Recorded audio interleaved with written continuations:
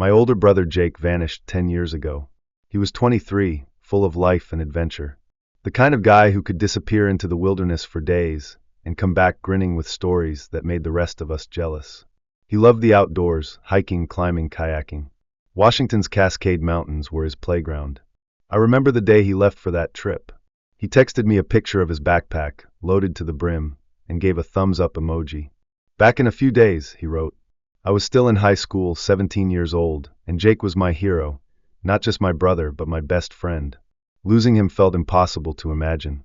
When the 3 days passed, then a week, then 2, we started getting worried. We called his phone countless times. No answer. No messages. We contacted the park rangers. They launched a search operation immediately. Helicopters circled overhead, search dogs combed the trails, volunteers scoured every inch of the forest. What they found was unsettling. Jake's car was parked at the trailhead like always. His tent was still packed, untouched. But there was no sign of Jake himself. No backpack, no phone, no wallet, nothing. No footprints leading away from camp. No blood. No sign of a struggle. It was as if he vanished into thin air. The news caught wind of the disappearance. There were theories, maybe a freak accident, maybe he wandered off and got lost, or maybe something worse. But after weeks of searching, they found nothing. The case went cold. For my family, it was devastating. My mom never really recovered. She left the porch light on every night, hoping he'd come home. My dad stopped talking about Jake altogether. And me? I tried to hold on to hope, but over time, the hope started slipping away. Until last night. Last night was just like any other. I was half asleep, scrolling through my phone before bed when suddenly it buzzed. Unknown number. I almost ignored it, but something stopped me. I clicked to listen to the voicemail. 12 seconds. That was all. The moment I hit play, my blood ran cold. "Theo, if this is you, don't come into the woods. They're listening. This isn't the world you remember. I'm still here. But I'm not me. Don't look for me." Beep. The voice was unmistakable. It was Jake. The way he said my name, Theo, in that quiet, almost broken tone was exactly how he used to say it when things were serious. I sat frozen, heart pounding, trying to convince myself it was some elaborate prank or an AI deepfake. I called the number back. Disconnected. Not just out of service, it never existed. My mind was racing. Why would Jake warn me not to come into the woods? Why say they're listening? Why claim he's still here but not himself? I listened to that message over and over, each time feeling more confused and terrified. This wasn't just a voice message. It was a plea. After hearing that voicemail, I couldn't get it out of my head. Something felt off, like there was more buried beneath Jake's words. I'm not an audio engineer, but I know my way around basic editing software, mostly from messing with podcasts and voice notes. So, I loaded the voicemail into Audacity and started playing with the sound levels. I amplified the background, hoping to catch any faint noises. At first, all I heard was the usual, faint static, wind maybe. But then, beneath Jake's voice, I picked up whispers. Not the kind you hear from neighbors or passing cars. These whispers were layered, dozens of voices murmuring at once, overlapping in an unintelligible hum. It felt chaotic, like a crowd speaking in tongues, but intentionally trying to stay hidden.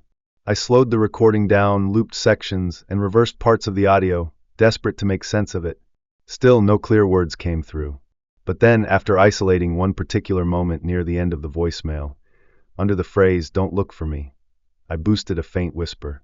It sent a shiver down my spine. It said, "He doesn't belong to you anymore." I slammed my laptop shut and sat in silence. What did that mean? Who said it? And why was it in a voicemail from Jake?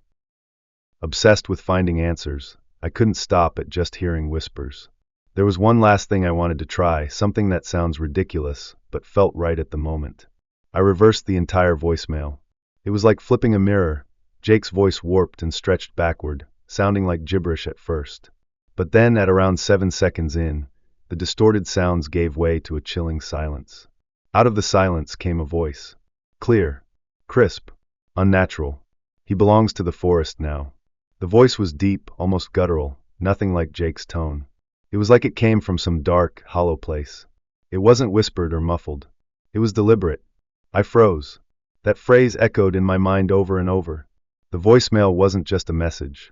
It was layered, like Jake was trying to break through something holding him back. like he was trapped somewhere I couldn't see.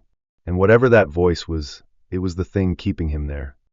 I tried convincing myself it was all a trick, a deep fake, some hacker's sick prank, maybe my mind playing cruel games. I even called a friend who works in cybersecurity.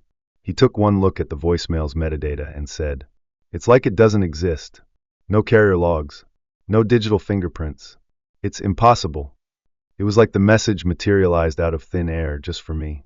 Since then, things have only gotten weirder. The night after I discovered the reversed voice, I woke up to something outside my window. My house is in the suburbs, quiet, safe. Behind it is a patch of woods, small but dense. I saw a shadow moving slowly between the trees. Tall, watching. The next morning, muddy boot prints appeared on my back porch, wide and heavy. I checked my security cameras. The footage around 3 a.m. was scrambled, distorted, as if someone or something didn't want me to see. I'm losing sleep. I'm losing my grip. And still, that message keeps echoing. He belongs to the forest now. What does that even mean? Am I losing my mind? Or is something out there calling me? Last night, the feeling was unbearable. The woods behind my house, dark, silent, seemed to breathe, alive in a way that chilled me to my bones.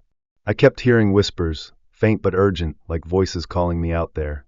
Then, as I stared into the darkness, I saw it, a tall shadow standing still among the trees. Watching. I don't know if it was Jake or something else, but the shape felt familiar, almost waiting.